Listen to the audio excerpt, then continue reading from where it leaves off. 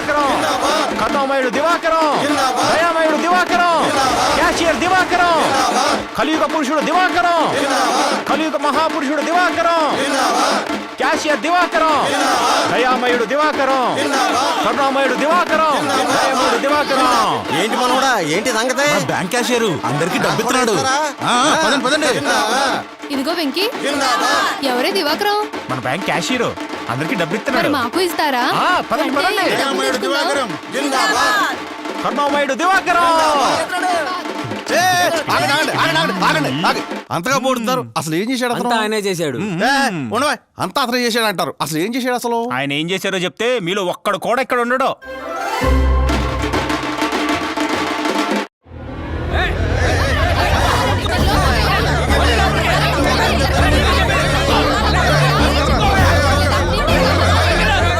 ఆగండి, ఎందుకు అలా చొచ్చుకొని వస్తున్నారు? ఈ రోజు బ్యాంకులో రుణమాఫీలు ఏం లేవే. రుణమాఫీ కాదండి, ఫ్రీగా డబ్బులు ఇస్తారనే వచ్చాం. ఎరా డబ్బులు ఫ్రీగా ఇవ్వడం ఏంటి? ఎవరిచ్చారు? అదేనండి మీ క్యాషియర్ దివాకరం. ఏయ్, నువ్వు వెళ్ళి దివాకరాన్ని పిలు. Okay sir. దివాకరం గారు, మేనేజర్ గారు పిలుస్తున్నారు మిమ్మల్ని. సార్, ఏంటా దివాకరం, మన బ్యాంకు డబ్బులు ఫ్రీగా పంచుతానన్నావా? నేనెందుకు పంచుతాను సార్? నాకేం అవసరం? ఆ వెంకీగాడికి ఇచ్చి మాకేవటాకేంటి? వెంకీగాడ్ అంటే ఇందాక వచ్చి 10 లక్షలు డ్రా చేసి తీసుకెళ్ళాడు, అతనేనా? అతనే. ఆ, నమస్తే దివాకరం గారు. సార్, ఈ చెక్ కొంచెం మీ ఫోటో ఒకటి తీసుకొచ్చా సార్. నా ఫోటో ఎందుకు? మీలాంటి వాళ్ళ ఫోటో గుళ్ళో ఎలాగూ పెట్టలేను కదా సార్, కనీసం ఫోన్లో అయినా పెట్టుకుందామని సార్. కొంచెం బ్యాక్ సార్. అది అతని డబ్బు, అతను తీసుకెళ్ళాడు. నేనివ్వడం ఏమిటి? మాట మార్చుకో. ఒకడికి ఇచ్చి మిగతా మీరు నొక్కేద్దాం అనుకుంటున్నారా? అబ్బా, వాడెవడో మిమ్మల్ని పిచ్చోళ్ళని చేసి ఇక్కడికి పంపాడు. వెళ్ళి వాడిని అడగండి. పదండి, వాడి సంగతి చూద్దాం. పదండి పదండి.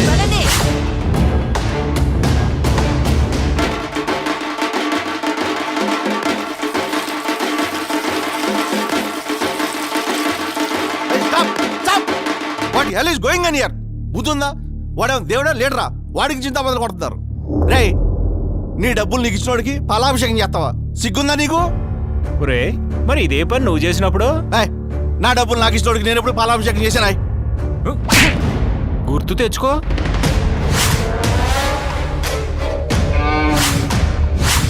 వైఎస్ఆర్ ఆటో నేస్తామని ఆటో డ్రైవర్ల అకౌంట్లో 10,000 వేసాడన్నారు కదా, అవేమైనా సాక్షి మీడియా అమ్మేసి ఇచ్చిన డబ్బులారా? కాదండి. మరి పాలాభిషేకం చేసావు ఆ అమ్మ ఒడని అమ్మ లెక్కల అకౌంట్లో 13,000 వేసాడన్నారు కదా, అవేమైనా భారతీయ సిమెంట్ అమ్మేసి ఇచ్చిన డబ్బులారా? అసలు కాదండి. పాలాభిషేకం చేసావు రైతు భరోసాని రైతుల అకౌంట్లో 7,000 వేసాడన్నారు కదా, అవేమైనా లోటస్ పాండ్ ప్యాలెస్ అమ్మేసి ఇచ్చిన డబ్బులారా? పాలాభిషేకం చేశానా? చేసేమంటా సార్. ఒరే, భారతీయ సిమెంట్ బస్తా ధర ఎంతరా? 400 అండి. అది ఎవరికైనా ఫ్రీగా ఇచ్చాడా? ఇవ్వలేదండి. మరి సాక్షి పేపర్ రేట్ ఎంతరా? 6 రూపాయలండి. అది ఎవరికైనా ఫ్రీగా ఇచ్చాడా? ఇవ్వలేదండి. 6 రూపాయల పేపరే ఫ్రీగా ఇవ్వనోడు, సొంత చెల్లిని తల్లినే బయటికి తరిమేసినోడు, సొంత బాబాయినే గొడ్డలతో వేసేసినోడు ఫ్రీగా డబ్బులు ఇచ్చాడని పాలాభిషేకాలు చేస్తారా? నందమూరి కుటుంబం చనిపోయిన బసవతారకమ్మ పేరు మీద క్యాన్సర్ హాస్పిటల్ కట్టించారు. ఎందుకు? పేదలకు వైద్యం అందించడానికి. నారా భువనేశ్వరి చనిపోయిన తన తండ్రి పేరుతో ఎన్టీఆర్ ట్రస్ట్ పెట్టింది. ఎందుకు? ప్రజలకు సేవ చేయటం కోసం. మరి వైఎస్ జగన్మోహన్ రెడ్డి చనిపోయిన తండ్రి పేరుతో ఏం పెట్టాడు? పార్టీ పెట్టాడు. ఎందుకు? జనాల్ని దోచుకోవడానికి. అభివృద్ధి చేయటం రాదు, రాజధాని కట్టలేడు, పోలవరం పూర్తి చేయలేడు, ప్రత్యేక హోదా తీసుకురాలేడు, కనీసం చూసి చదవటం కూడా చేత కాదు. అలాంటి వాడికి ఓటెలా వేస్తారా? ఫ్రీగా డబ్బులు ఇస్తా ఉన్నారని. రే సీను, నువ్వు రోజు మందు అవుతావే, ఆ మందు క్వార్టర్ రేటు గతంలో ఎంత ఉండేదిరా? 80 రూపాయలండి. మరి అదే మందు ఇప్పుడు ఎంతరా? 200 అండి. ఎంత పెరిగింది? 120 రూపాయలండి. అంటే నెలకి ఎంత పెరిగినట్టు? 3,600 అండి. మరి ఏడాదికి ఎంత పెరిగినట్టు? 43,200 అండి. మరి 5 ఏళ్లలో ఎంత పెరిగినట్టు? 2,16,000 అండి. అయ్య బాబోయ్. చూసారా, ఈ విధంగా పెట్రోల్, డీజిల్, ఇసుక ధరలు, బస్ ఛార్జీలు, ఇంటి పన్ను, ఆస్తి పన్ను, చెత్త పన్ను, రోడ్ ట్యాక్స్, ఫైబర్ నెట్ ఛార్జీలు, ఆ ఛార్జీలు, ఈ ఛార్జీలు అని ఇలా పెంచినవన్నీ లెక్కేసుకుంటే ఈ 5 ఏళ్లలో ఒక్కో కుటుంబం నుంచి దోచుకున్నది అక్షరాల 10 లక్షల రూపాయలు. కానీ కుటుంబానికి నవరంధ్రాలు అనే పేరుతో ఈ 5 ఏళ్లలో మనకిచ్చింది 1 లక్ష రూపాయలు. అంటే 10 లక్షల రూపాయలు మన దగ్గరే మింగి 1 లక్ష రూపాయల ముష్టి మనకిచ్చి నేనే దేవుణ్ణి అంటున్నాడు. అలాంటి వాడికి మీరు పాలాభిషేకాలు చేస్తున్నారు. మీకు తెలుసా మన రాష్ట్రం మీద 13 లక్షల కోట్ల అప్పు ఉందని? అదంతా ఎవరు చేశారు? ఎవరు కడతారు? మన రాష్ట్రం మీద ఉన్న అప్పుల భారం మనదే, మనమే తీర్చాలి. రామన్న, నీ సంపాదన ఎంత? 20,000 రూపాయలు బాబు. నీ కొడుకు సంపాదన? 50,000. నీ కూతురు సంపాదన? 30,000. మొత్తం 1 లక్ష. అవును. నువ్వెప్పుడైనా అప్పు చేసావా? అప్పు చేయాల్సినంత అవసరమేమీ రాలేదు బాబు మాకు. ఎందుకు రాలేదు? సంపాదన సరిపోతుందిగా, అప్పు చేయాల్సిన అవసరమేముంది? చూసారా, సంపాదన సరిపడా ఉంటే అప్పుతో అవసరమే లేదు. మరి మన రాష్ట్రానికి ఎందుకింత అప్పయింది? ఏందంతా? సంపాదన లేదు కాబట్టి. సంపద సృష్టించలేని వాడు రాష్ట్రానికి అవసరం లేదు. అప్పులు చేసేవాడు అసలే వద్దు. సంపద సృష్టించి సంక్షేమ పథకాలు ఇవ్వగలిగిన వాడే అసలైన నాయకుడు. అలాంటి వాడే మనకు సీఎంగా కావాలి. దేశ విదేశాలు తిరిగి ఇండస్ట్రీస్, ఇన్వెస్ట్మెంట్స్ తీసుకురావాలి.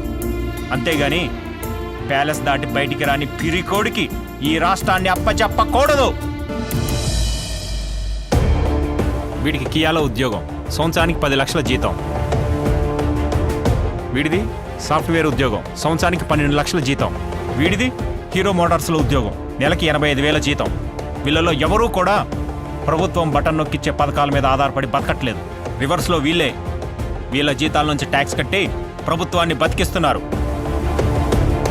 నిజానికి ప్రభుత్వం చేయాల్సిన పనిది. పరిశ్రమలు తీసుకొచ్చి ఉద్యోగాలు కల్పిస్తే ప్రజలే ప్రభుత్వాన్ని పోషిస్తారు. అప్పుడు ప్రభుత్వం ఇచ్చే పథకాల మీద ఆధారపడాల్సిన అవసరం ఉండదు. బటన్ నొక్కడమే పరిపాలన అనుకుంటే అవ్వా ఇలారా. ఏంటి బాబు? నీకు బటన్ నొక్కడం వచ్చా? బాగా నొక్కుతా బాబు. విన్నారుగా, ఈ మాత్రం బటన్ నొక్కడానికి ఈ బామ్మ చాలదా? దీనికి ముఖ్యమంత్రి అనేవాడు ఒకడు కావాలా? ఆలోచించుకోండి. గోడలకు రంగులు వేసేవాడు కావాలో, మన జీవితాల్ని రంగులమయం చేసేవాడు కావాలో మీరే నిర్ణయించుకోండి. బాబు రావాలి, మన బ్రతుకులు మారాలి. బాబు రావాలి, మన బ్రతుకులు మారాలి.